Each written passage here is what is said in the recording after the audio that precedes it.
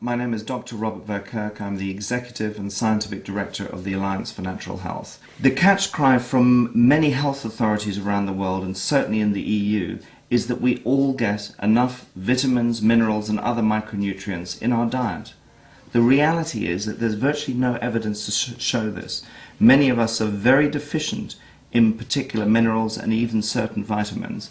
In particular, if we look at minerals such as zinc, if we look at women at certain life stages, iron is nearly always deficient. Most of us are very deficient in magnesium. It's particularly important as we get older, as one of the minerals that's important in reducing heart disease risk.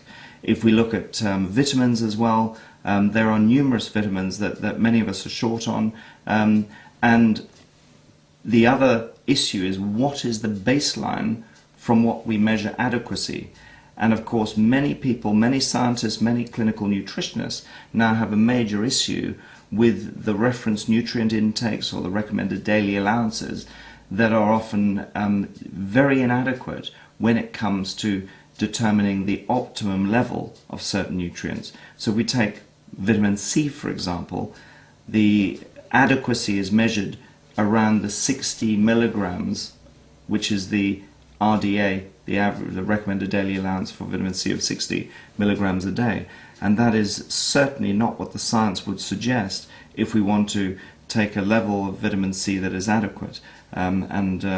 Taking levels that are in excess of 1 gram is actually a common and well-supported view from a large amount of research. 60 milligrams is what you might find in, say, a single orange if the orange hasn't been in cold storage for many, many months. The amounts that we actually need to take would need to be 10, 100 times more than this. And of course we don't get maximum benefit if we take these sorts of water-soluble vitamins in a single dose. What we need to do is spread their intake throughout the day. Apart from vitamins and minerals, there are other extremely important categories of macronutrients that are found in food supplements. One of the very important categories is botanicals, those nutrients that are derived from plants.